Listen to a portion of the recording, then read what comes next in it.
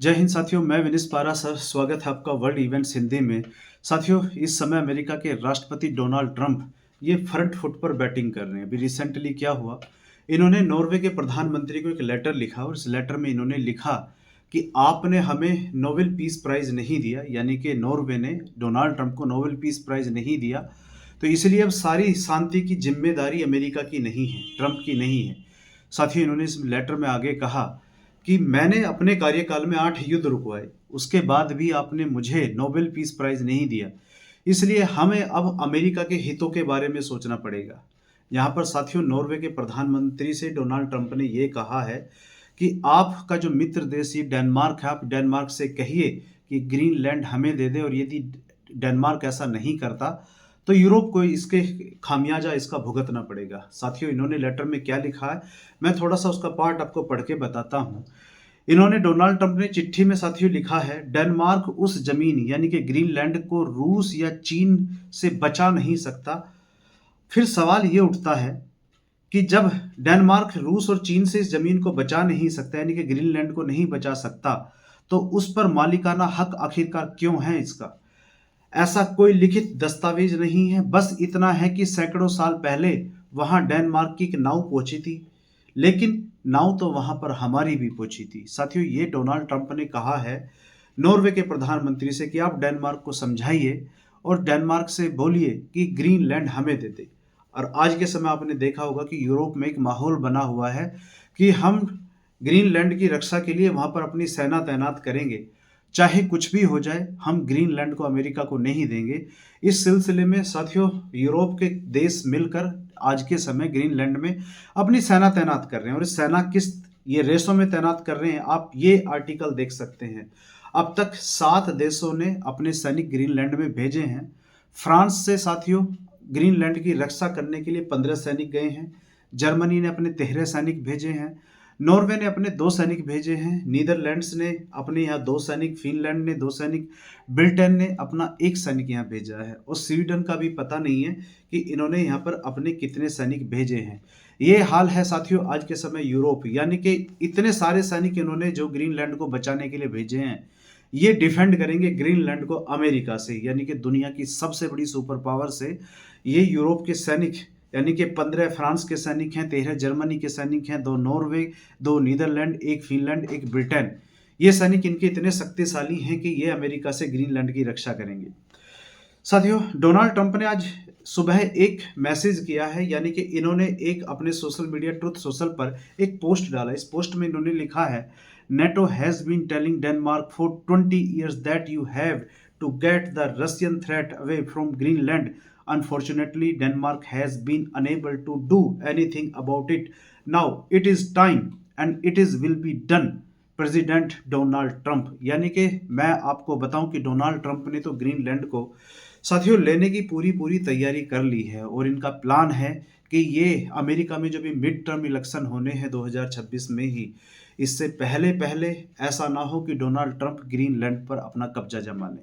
या तो ये आर्मी के थ्रू जमाएंगे, और डोनाल्ड ट्रंप लगातार यूरोप के देशों से कह रहे हैं कि हम ग्रीनलैंड को परचेज करने के लिए, खरीदने के लिए भी तैयार। हम तो डोनाल्ड ट्रंप ये इनको ऑफर भी दे रहे हैं कि हम ग्रीनलैंड को खरीद लेंगे, लेकिन आप डेनमार्क को समझाइए कि ग्रीनलैंड को ये डेनमार्क अमेरिका को दे दे, क्योंकि अमेरिका की सुरक्षा की दृष्टि से ग्रीनलैंड अमेरिका के लिए बहुत ज़्यादा इंपॉर्टेंट है।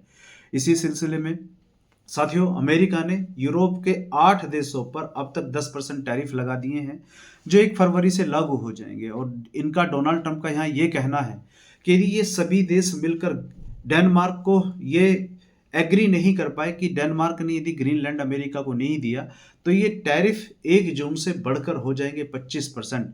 यानी कि डोनाल्ड ट्रंप को जो नॉर्वे ने ये नोबेल पीस प्राइज नहीं दिया, कहीं ना कहीं अब डोनाल्ड ट्रंप अपनी ये दुश्मनी ये आज के समय यूरोप से निकाल रहे हैं कि मैंने 8 युद्ध 2025 में दुनिया के अंदर रुकवाए। डोनाल्ड ट्रंप तो साथियों ये भी दम भरते हैं कि इन्होंने न्यूक्लियर वॉर रुकवाई। यदि ये भारत और पाकिस्तान की लड़ाई नहीं रुकवाते तो दोनों देशों के बीच में यहाँ पर परमाणु युद्ध होने का खतरा था। तो ऐसे में फिर भी नॉर्वे के द्वारा डोनाल्ड ट्रंप को नोबेल पीस प्राइज नहीं दिया गया। ऐसी स्थिति में अब इनका साफ साफ ये कहना है कि आपने हमें नोबेल पीस प्राइज़ नहीं दिया, तो अब शांति की ज़िम्मेदारी अमेरिका की नहीं है।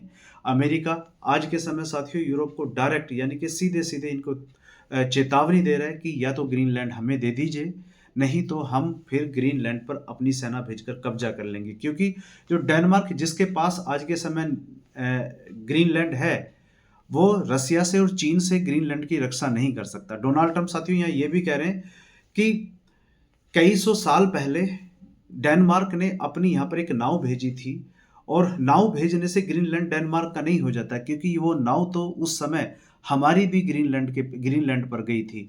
इसलिए कि डेनमार्क के पास कोई लिखित ऐसा दस्तावेज नहीं है जिससे ये साबित हो कि ग्रीनलैंड डेनमार्क को बिलोंग करता है। आज के समय साथियों यूरोप में और अमेरिका में टसन बिल्कुल चरम पर है और अब ये देखना होगा कि आने वाले समय में क्या होता है। साथियों सवाल ये उठता है कि अमेरिका के राष्ट्रपति डोनाल्ड ट्रंप ये कितनी जल्दी ग्रीनलैंड को लेंगे, क्योंकि ऐसा तो है ही नहीं कि अमेरिका के राष्ट्रपति डोनाल्ड ट्रंप अब ग्रीनलैंड को नहीं लेंगे।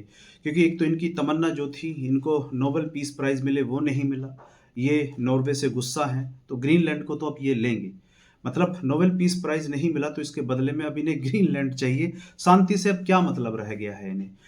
साथियों समझने की बात यहाँ पर यह है कि डोनाल्ड ट्रंप ने यानी कि अमेरिका ने जो पूरा यूरोप कभी अमेरिका के पीछे खड़ा हो जाता था, आज के समय पूरे यूरोप को जिस तरीके से इन्होंने साइड लाइन किया है, यानी कि कोने में पूरे यूरोप को धकेलने का काम किया है। अभी रिसेंटली साथियों गाजा पीस प्लान के लिए डोनाल्ड ट्रंप ने भारत को इनविटेशन दिया है, भारत को बुलाया है और यूरोप की गाजा पीस प्लान में कोई इनकी तो कोई पूछ ही नहीं हो रही है। यूरोप कहाँ है, कोई बात ही नहीं कर रहा है। जिस यूरोप का साथियों पूरी दुनिया में इनका राज हुआ करता था, इनके शासन काल के इनके शासन में कभी सूरज नहीं छिपता था, ऐसा यूरोप आज अपने घर तक ही सीमित रह गया है। और अब तो स्थिति इतनी खराब है इनकी साथियों कि ये अपना घर भी बचा ले वो भी बहुत बड़ी बात होगी। साथियों इसी यूरोप के देश अभी 2025 में ही फ्रांस ने फिलिस्तीन को एक देश के रूप में मान्यता दी। यूरोप के और कई सारे देश निकल के आए जिन्होंने फिलिस्तीन को एक देश के रूप में मान्यता दी। उस समय इजराइल और अमेरिका ने काफ़ी गुस्सा किया कि आप ऐसा क्यों कर रहे हो, लेकिन ये नहीं माने और अब ये आज के समय ये जो यूरोप के देश हैं अमेरिका के गुस्से का शिकार हो रहे हैं। आने वाले समय में देखना होगा कि जियोपॉलिटिक्स और किस करवट बैठती है, ये आने वाला समय बताएगा। तो साथियों इस वीडियो में फिलहाल इतना ही, मिलते हैं अगले वीडियो में। यदि हाँ ये वीडियो आपको अच्छी लगी है तो आपसे रिक्वेस्ट है चैनल को सब्सक्राइब कीजिए, वीडियो को लाइक कीजिए और साथियों के साथ भी शेयर कीजिए। मिलते हैं अगली वीडियो में, बहुत बहुत धन्यवाद।